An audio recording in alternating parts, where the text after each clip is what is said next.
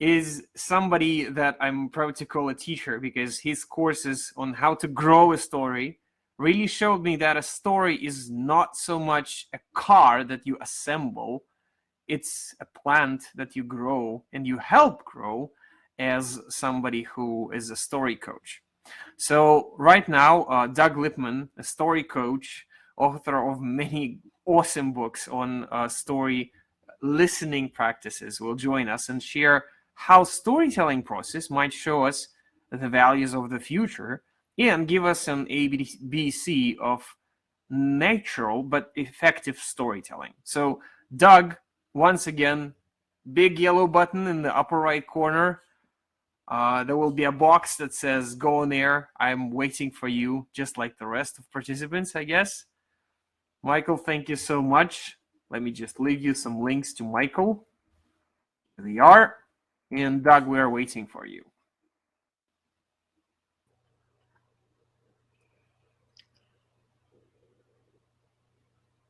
Uh-huh.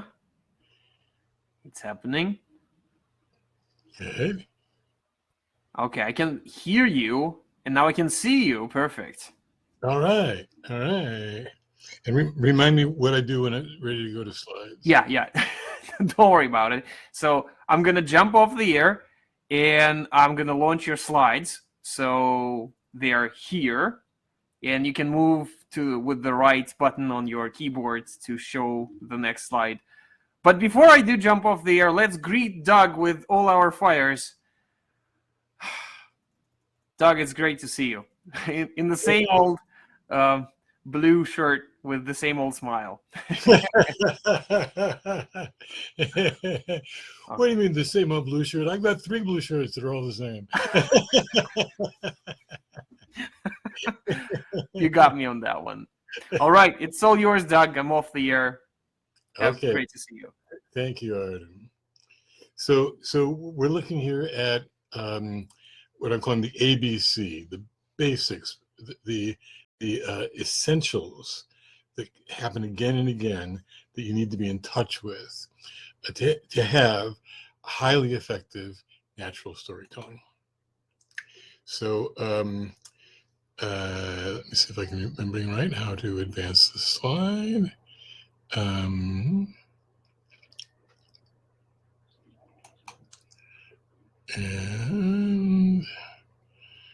he told me what to do.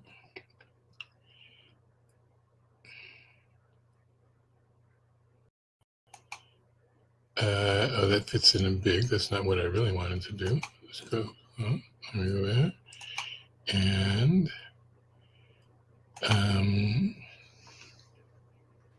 A bit of help? I lost track of how to move the slides. Okay, lower left corner, there are 2 arrows, left and right, that you can use. Do you see them? I think I have, no, let's see. Oh, there we go. Wait. Lower left corner. Oh, yeah, the 2 arrows. There we go. All right. How stories fit and how to tell them. And I click that little button and there we go. Yay. Okay. You're on. All right. So the main thing we're looking at here is that we have the ability to adjust things. And in particular, we can adjust the things about, well, we'll see in a minute. So bridges are built in part through noticing shared values. But not all values are equally worth pursuing.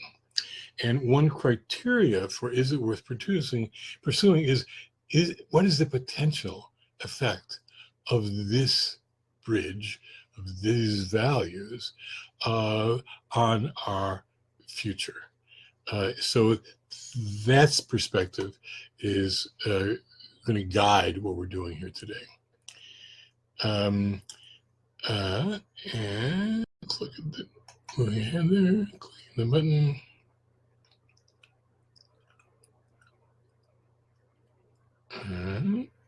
There we go. So basically, what is the storytelling process? see there's quite a delay between the time I click and the time it comes up, to get ahead of myself a little bit here.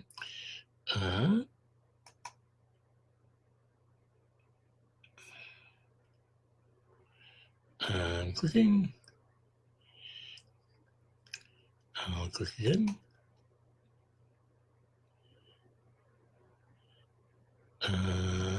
Nothing's happening.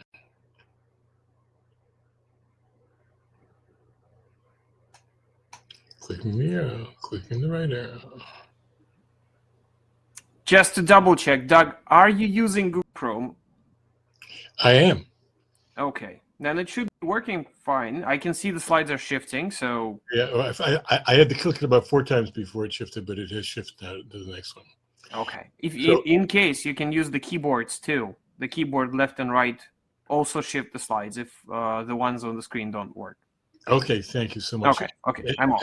And on my keyboard, I'm going to be looking for arrows? Yeah, left and right. Yeah, exactly. Thank you so much. Okay, let's try It's it. okay. It's okay. So we know the stories can teach values through their content. You can have a story about the value of empathy, the value of generosity, or the value of looking out for number one. The values that can be taught by content of storytelling are infinite. There's storytelling in terms of the content you can tell stories about any value, whether you think it's a productive value or a destructive value. You can always have stories about that. But the very process of telling stories is not value neutral. In fact, it can convey particular values that can be critical to our changing lives. And I'm clicking on the button and nothing happens. Oh wait, there's something happening. It's very slow, but it's happening. They're critical to our changing lives, our changing work, and our changing society. See, there's just I'm going to have to anticipate these slide changes because it's taking upwards of 20, 30 seconds to actually show up. Given how international this is and all the things that is involved, it's kind of amazing. Our changing lives, our changing work, and even our changing society. So when we're talking about the storytelling process, there's a whirlwind introduction to that.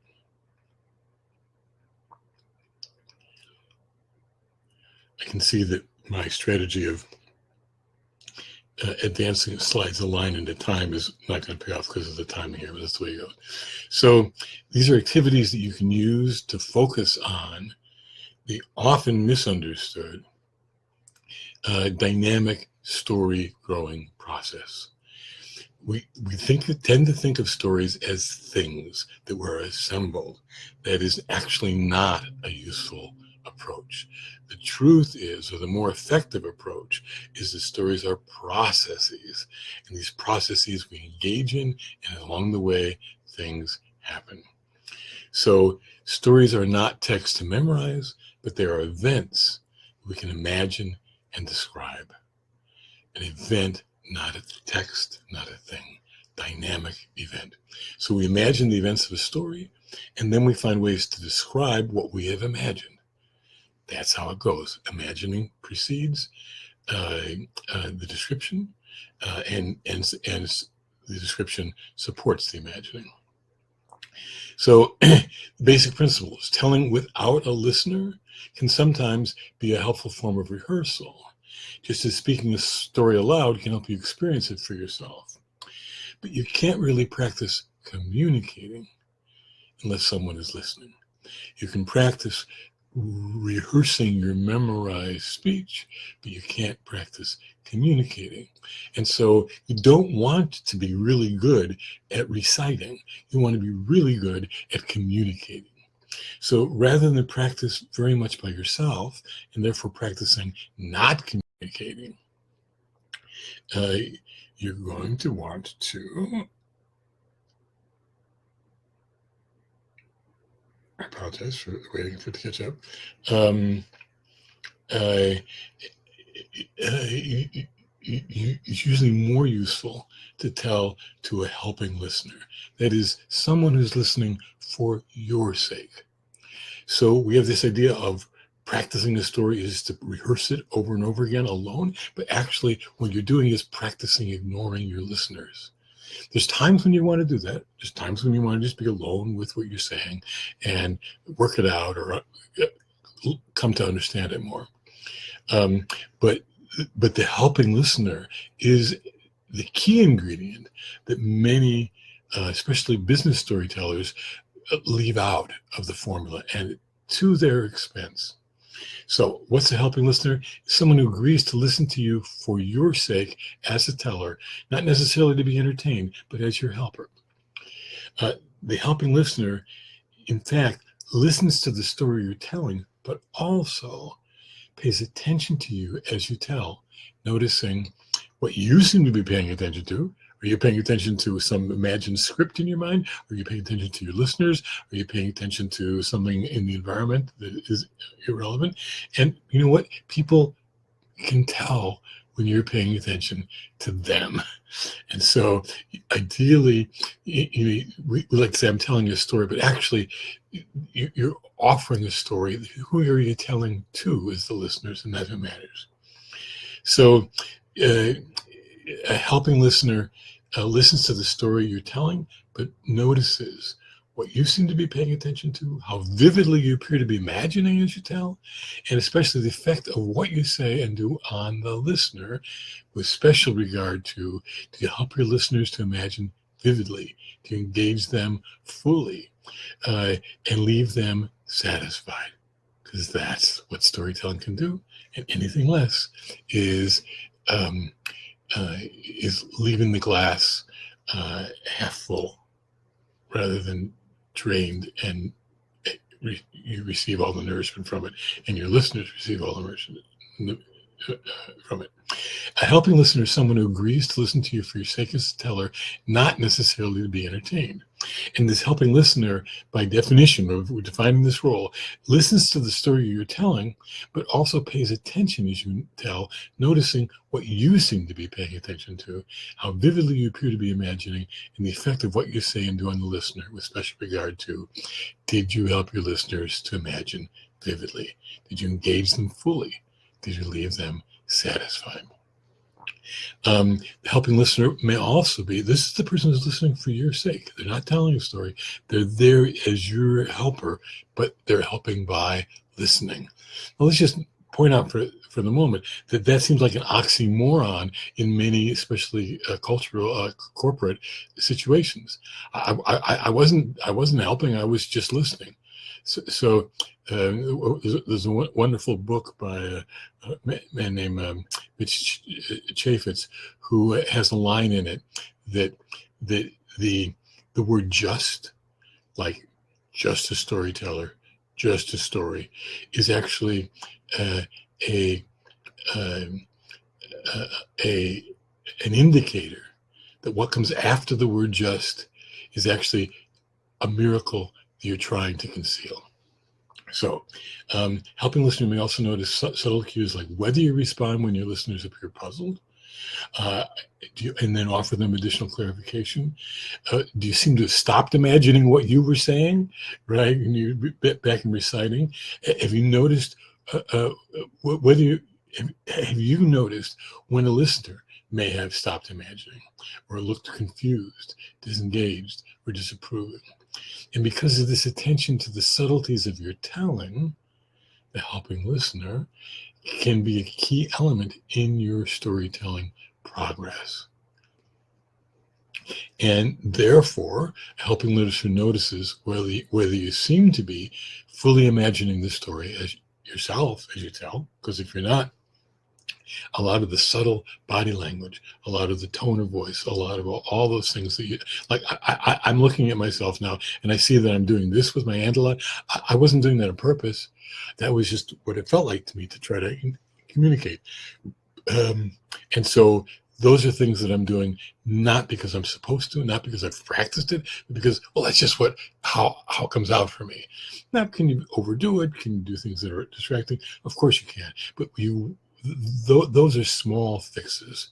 The main thing is to be yourself, to be fully imagining the story yourself as you tell, and therefore are giving unconscious clues that help your listener imagine too, as well as you paying attention to your listeners' responses so that you can adjust what you say and how you say it. Great storytellers do that. They may not even be fully aware they're doing it, but they do it. People who have learned to tell stories out of a book or from some kind of mechanical series of instructions, they often don't do that. They're actually not paying attention to the listener's responses, and therefore they don't have any practice in adjusting. Oh my gosh, that isn't the response I was expecting. I got to do something about it. So part of what you do is to respond to any puzzlement, any confusion, any what that the listener's faces show you, whether they're subtle gestures or posture or even their breathing to you. Right? That's something the listeners do, and that's important. They're showing something's going on for them. So when you tell the helping listeners who have agreed to listen for your sake, right, it's almost always useful after you do some telling to ask your listeners for what I call appreciations, which is to say positive comments after you've told. And the listener's appreciations, and this is a skill that listeners can develop and that you can develop in your role as listening to other people, because the back and forth, the reciprocity of listening to people tell and telling to people as they listen, that is part of how we become a great natural storyteller. We don't become it without work, but we do put the work, and then we become natural because it feels natural to us. So a listener's appreciations can usefully describe what you said, how and when you said it, and that includes your tone, your pacing, your gestures, your facial expressions, all those things that are part of oral language, the non-verbal parts as well as the verbal parts of spoken language. Your appreciations can usefully describe back to you your responsiveness to the listener and your connections with the listener, and also specific feelings and thoughts that it aroused in the listener who's giving you appreciations. They were there, they were listening, and it had effects on them, and they get to tell you those effects. And you would think, well, that's what I'm trying to do. Why do I need to notice it? No, you might try to jump up a 5-foot step, but you have to notice whether you did it or not. And the fact that you didn't do it doesn't mean you can never do it, but you have to know that you didn't do it to be able to do it again. So describe your appreciations can describe any specific feelings and thoughts it aroused in them.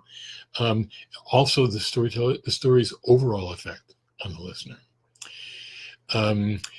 Suggestions are powerful, but easily distorted, easily used to take you off the track.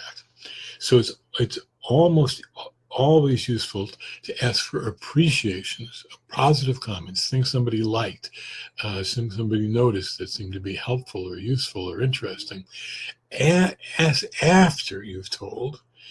But it's not true of suggestions. Suggestions can easily become problematic. They can easily turn into what we've been trained to do, which is not always the most effective thing to do, which is to tell the person what me tell you what I think you should do differently. And there's a time for that, but it's much less frequent, much less common than you think. With rare exceptions, the off-the-cuff evaluations that people give you are more likely to impede your process rather than to nurture it, because they take you out of the engagement. They put you into the person being done unto, and that stops the mutuality of the storytelling event.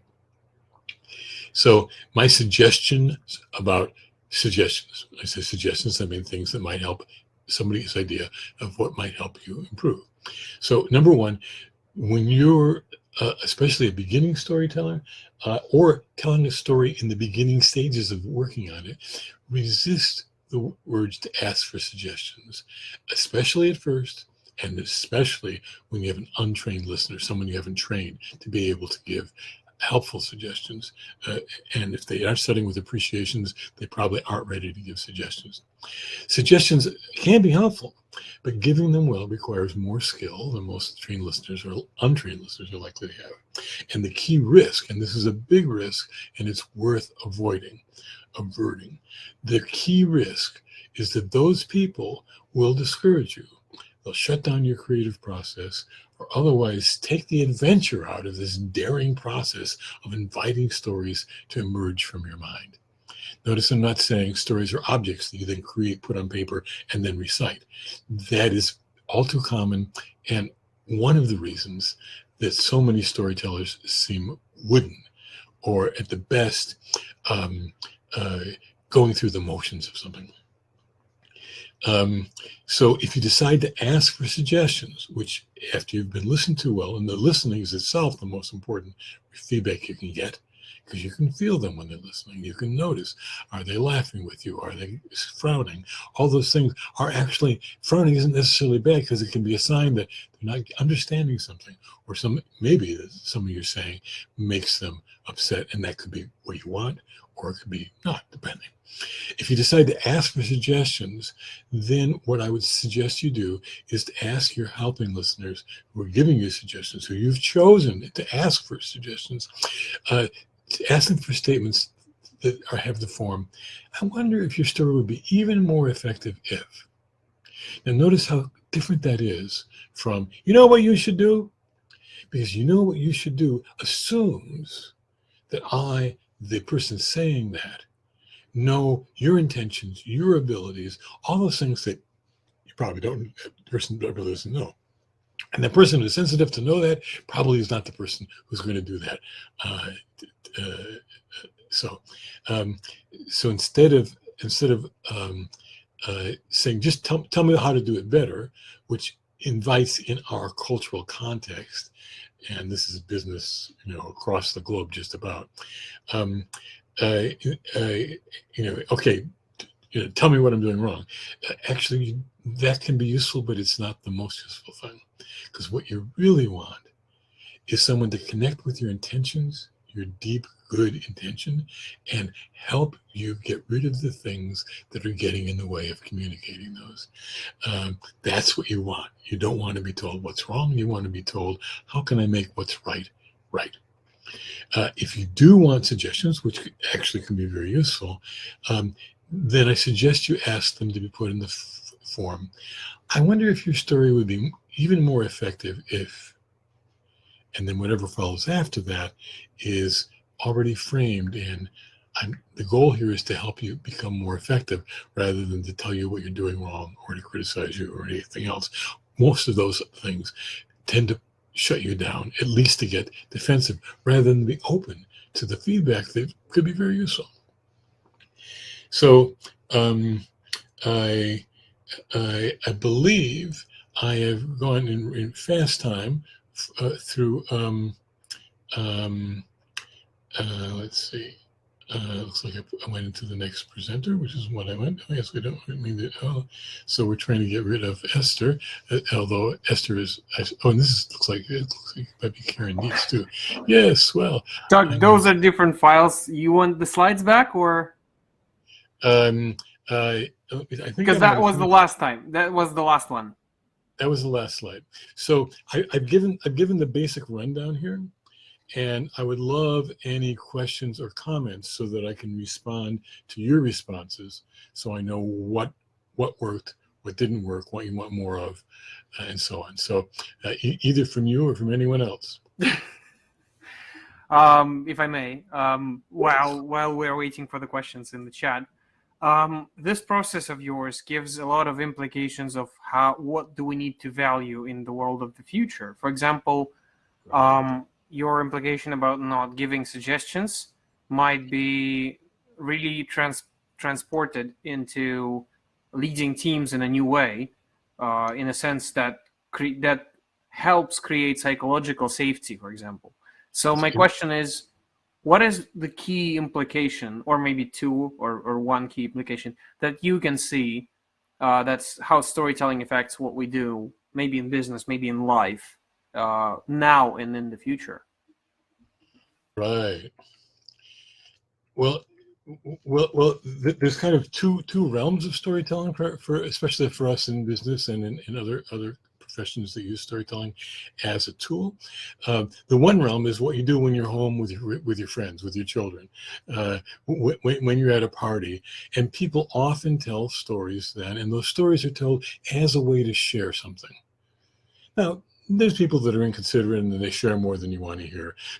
But generally, in those situations, people are offering an experience to share it with you.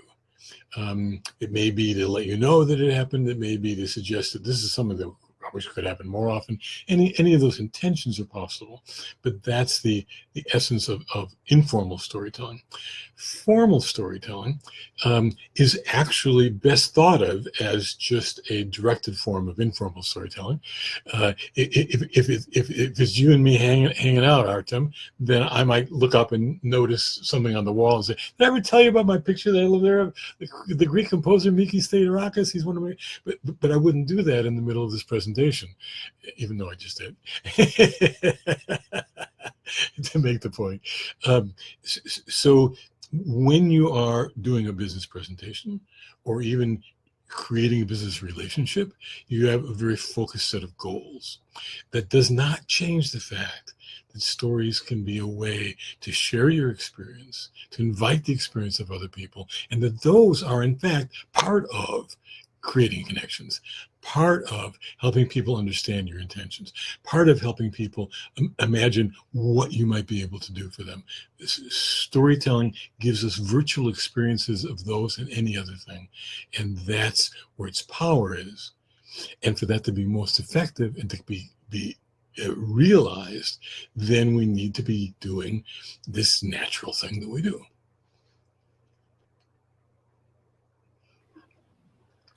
That answers my question. Do you or anyone else have any? Let's see.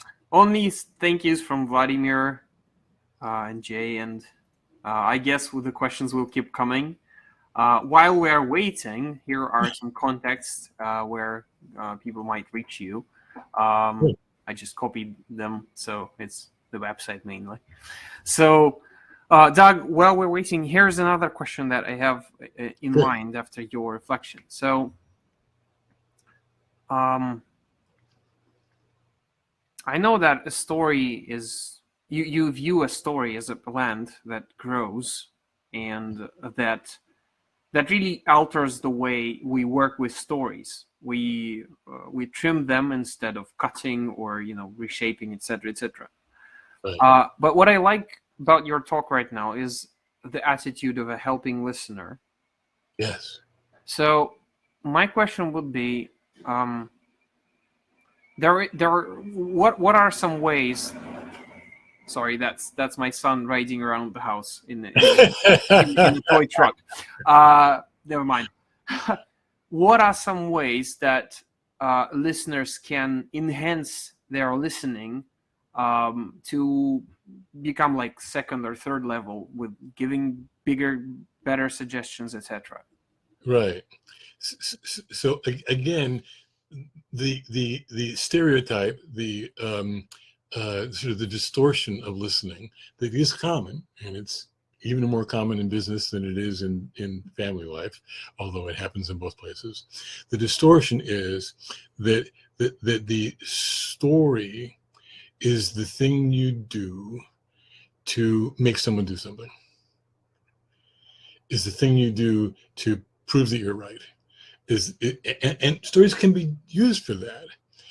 But when we only use it for that, then we're missing the cooperative growth producing force of stories, where what we really want to do is buy a story. We're imagining something in our own minds. And then we are using oral language or written language sometimes, but oral language is much richer because, you know, look what I'm doing, right? How do you put that into print? Right? I didn't do it on purpose the first time, but I noticed myself doing it thanks to the miracle of video. And so, what's that? Right? How'd that happen? But actually, that is an expressive gesture. And I won't look at myself, otherwise I'll get paralyzed there. And that's already a part of what I'm saying. When you are focusing on how you look, on the things you are doing as natural part of communication, then you are taking yourself out of the flow of communication.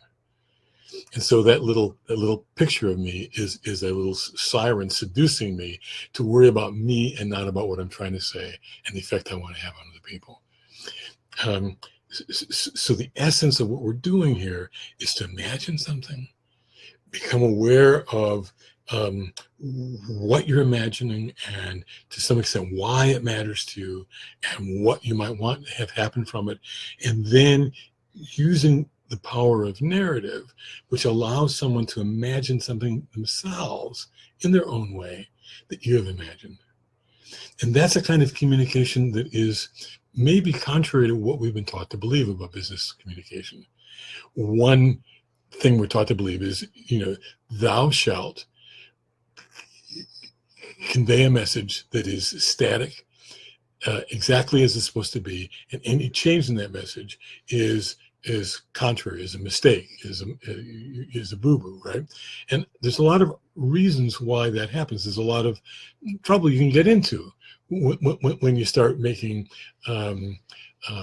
unbacked up assertions about your company or your product. So you do have to be thoughtful there. But when it comes to stories, you're not trying to just tell somebody something. You're trying to imagine it, stimulate them to imagine with you. And that process, where we're imagining together, is profoundly connecting and engaging. And if there's one thing you want to do with your customers, with your suppliers, with your colleagues, is to be engaged. Right? If you didn't need to be engaged, you might as well just have pieces of chess on the board and you move around, because they don't engage with each other. They just respond to your hand. But what you really want is what happens when a bunch of you are carrying something together and you're saying, oh, over this way a little bit. You have too much there. Let me help you. That kind of engagement, that kind of interaction, that kind of cooperation is what makes businesses powerful and ultimately what makes them successful. And storytelling is therefore one of the tools you have to not only share information, but to create habits of sharing the stuff that goes with information, intentions, responses, emotions. Oh, did I say the E word? just to talk about that for a moment. Emotions are emote. Something comes out. Motion comes out of you. That's what emotion stands for, what comes from in the root of the word. And if something's going to come out of you and really come out of you, then there better be some emotion. Right? Because emotion is not a bad thing. This whole idea that the Dr. Spock of Star Trek is the ideal. Everything would be better if only we were just like Dr. Spock. And there are people who actually have a disability which makes them like Dr. Spock, where they cannot actually tell stories. They cannot be engaged in that way. And those people have the most limited possible lives because they lack imagination, they lack the ability to adjust, and they lack the ability to relate. You do not want to be one of these people. There's some lovely books about them. The books and the authors are escaping my mind at the moment. But if you want to study people who have had impairment to the part of their brain that allows them to tell stories. And those people do not live Dr. Spock lives, right? Or Mr. Spock lives, I mean. Dr. Spock, somebody else. Mr. Spock lives. They live the lives of someone who can't decide whether to pick up the pencil or leave it on the desk. There was a book by Antonio Damasio. I guess it's the one where a person got struck through his eyeball and That's it right. impaired this part of the brain. But IQ, which it is an interesting case just for our audience. His IQ wasn't impaired. That's right. He lost like 3 or 4 points, but his mechanisms for emotional part of decision making was blown out. And exactly like Doug says, he wasn't able to decide anything, like the simplest things. That's right. He would spend hours doing something trivial because he couldn't decide what was important. He couldn't decide and go on. Everything was, I don't know. Right. So these emotions that we sometimes wish we didn't have because we can get in trouble with them, they are essential, though. They're essential to our ability to think. They're essential to our ability to do something specific. So they are not like, oh, the ideal business environment is there's no emotions. No, without emotions, there's no business environment at all. There's no cooperation. There's no cooperation. There's no carrying out a program. None of those things happen without the emotion that drives our ability to focus and to do things. So storytelling is a way where you can allow yourself to have emotions. In businesses, it'll be a fairly constrained thing, but nonetheless, you get to have them, you get to show them, and you get to evoke them in others. And emotions, the thing that causes motion, right? That is essential to business. It's essential to selling. It's essential to production. It's essential to everything. Yeah. You do not want to act as though you are that man that Damasio talks about. Yeah. Because that man spends all day not able to decide whether to pick up a pencil or a pen. Yeah. Exactly. Doug, just being conscious of the time. Yes. Thank you so much for your answer. We have a quick question from Tialma. I hope I've spelled that right. How do you prepare your audience to be helping listeners when you are telling a story? Just, a couple of words here. We still have one more question to go.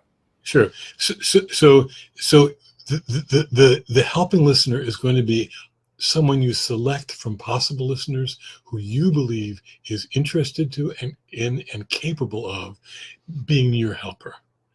Your listeners are there. Generally, you're telling a story not for your sake, but for their sake, to have an effect on them, to offer them something. And so it's not their job to help you. But there are people who are able to help you, who you notice can do it. Try it out. Try it out with somebody. Hey, I really noticed you were listening deeply. Is there something you could tell me about something I did well? Is there anything you noticed that might be even better? And then you try it out. And if the person is not helpful, then you say, well, thank you very much. And you just never bring it up again. If the person is helpful, then you might ask more questions. And if they seem to be consistently helpful, you might say, hey, there's this crazy thing this Lipman guy talked about of you get a helping listener and you meet together periodically so that you can help each other. From what you've done for me, I think that you are one of those rare people who actually can think about how you could help me. And I would love to share that with you. Could we set up a time where we each spend 15 minutes each? One, I help you for 15, you help me for 15. When I do it in my world, it's often an hour each. But how much time it is, that's the decision you get to make. But the key thing is that for this period of time, I'm your helper and you're the one being helped.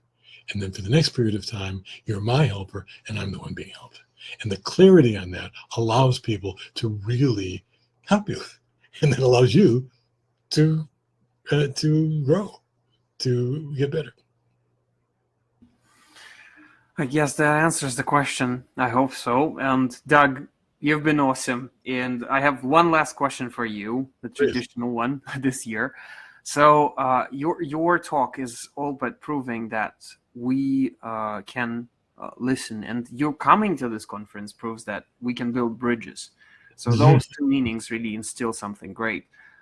If you could choose one meaning, like a short one, a short sentence, that could build more bridges, what would you inspire people about? Like, short one.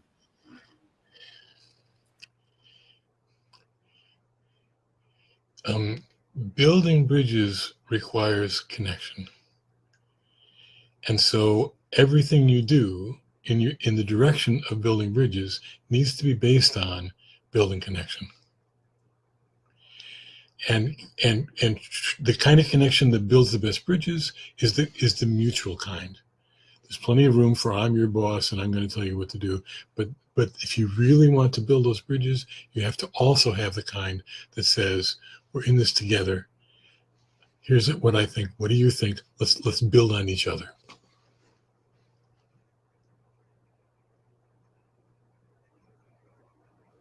That answers the question for me. Thank you so much. Everyone, let's light this evening for Doug with all our fires. And I agree with Yelena. It's so true. Thank you. It's been such a pleasure.